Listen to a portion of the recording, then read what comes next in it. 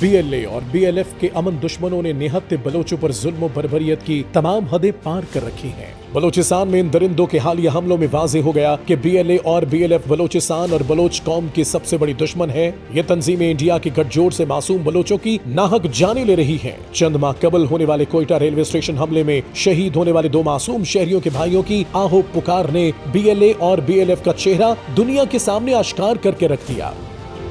मासूर था फिर भी इज्जत की रोटी कमा रहा था, एक टांग से उसी ड्यूटी करता, जालिमों ने वो जान भी छीन ली उससे। हाई कोर्ट में मुलाजिम था मेरा भाई, सुबह आया था या नाश्ता करने थे रेलवे स्टेशन पर।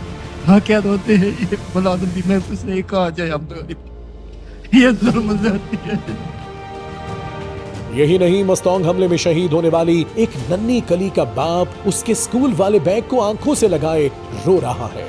इन दोनों हमलों की जिम्मेदारी बीएलए ने कबूल की थी। अगर उनके 1 साल के जराइम पर नजर डालें तो गुज़िश्ता साल बीएलए और बीएलएफ के सफाक दरिंदों ने 33 मासूम बलोचों को शहीद किया। बीएलए और बीएलएफ बलोच नस्ल कुशी की असल जिम्मेदार है। इनको किसने हक दिया है कि वो मासूम बलोचों की जानें लें?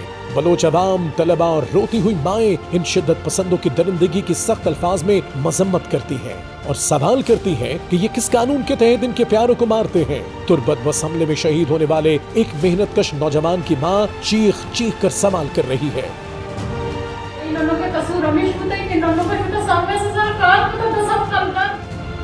पहले पंजाब यूनिवर्सिटी लाहौर के तालिब इल्म तलत अजीज बलोच ने बीएलए वालों के राज फाश किए थे।